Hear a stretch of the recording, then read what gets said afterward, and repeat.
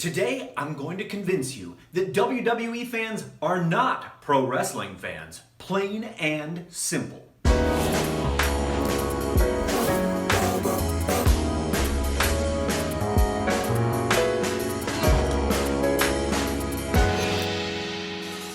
I'm Mike Quackenbush, and this is Till We Make It. Throughout the decades, I've been really fortunate. I've worked in front of the cameras as a professional wrestler, referee, ring announcer, and commentator too.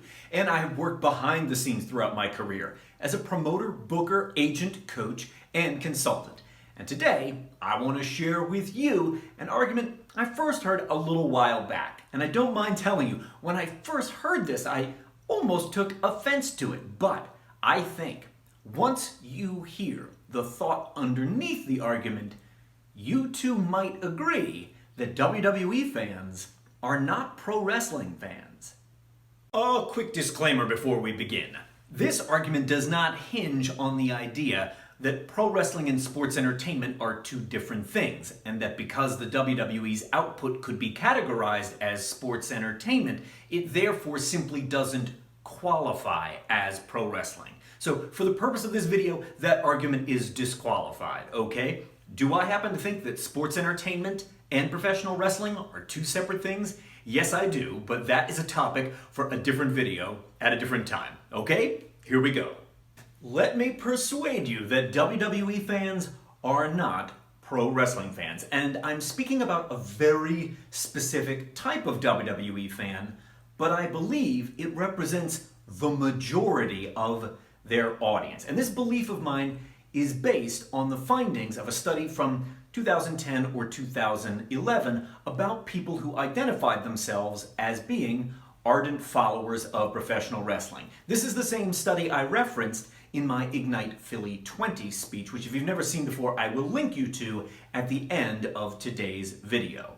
Nevertheless, this study surveyed people who identified themselves as ardent pro wrestling fans. And of the people that they did survey, less than 2% of them said they could name a single wrestling organization other than WWE. Less than 2% of them. Never heard of Dragon Gate. Never heard of ROH. A staggering majority of the people in this study, about 98% of them, they only know WWE. They only watch WWE. And that 98% identified by this survey is who I'm talking about today as I make this argument. But first, allow me to flip the pancake over. Oh no. Hear me out. In this argument, let's say that I listen exclusively to Korean boy band BTS. Their 9 studio albums and the 6 EPs they released, that's all that I listen to. And if you ask me, well, what's your favorite song by The Weeknd? I don't know what you're talking about. If you ask me if I prefer Phil Collins' Genesis or Peter Gabriel's Genesis, I just stare blankly into space upon hearing that question. If you ask me if I've ever heard jazz or salsa or metal music, I confidently say no, because I only listen to BTS. In that example, would you say that I am a music fan or that I am just a BTS fan?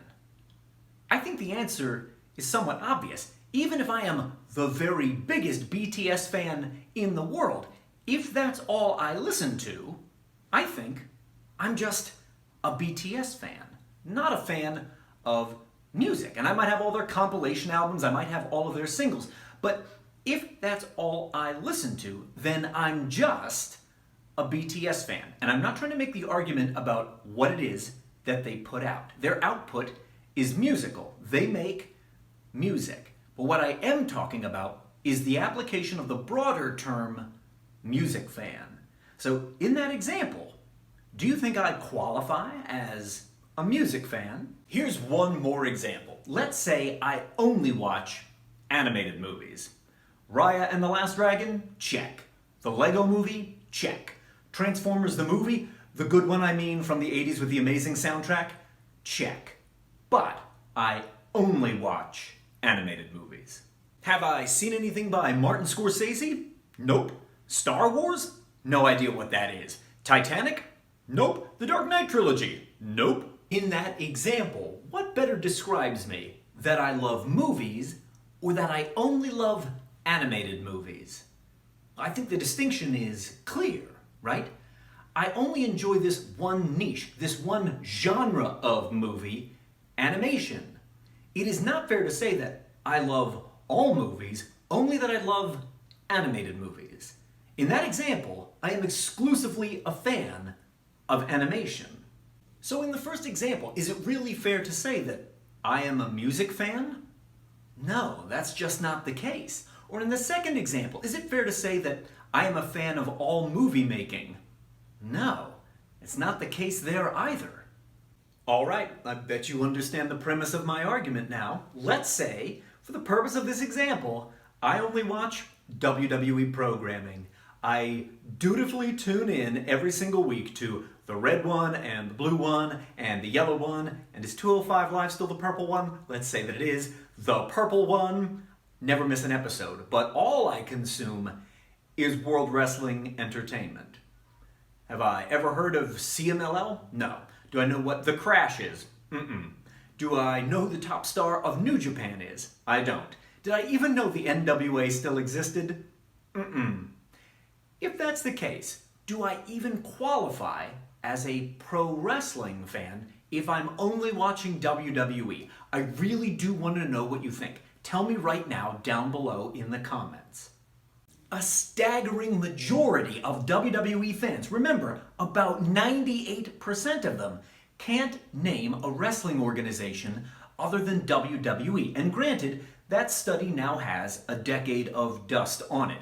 But I bet it's still a majority. I bet it's still 51%, if not more, of that fan base who couldn't name another wrestling organization on Earth other than the WWE. If that's true, if the only thing they know and consume is World Wrestling Entertainment output, do they qualify as pro wrestling fans?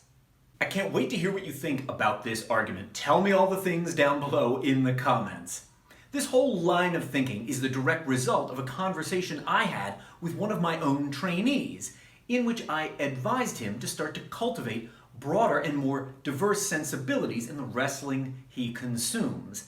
And advising him to become a student of the game resulted directly in a video on this channel called Be Dangerous in Any Conversation, which is appearing for you right now. And here is my Ignite Philly 20 speech as promised about work ethic and pro wrestling. And you're probably seeing the Patreon logo as well. That's because it's my wonderful patrons who make this all possible. Thanks, gang.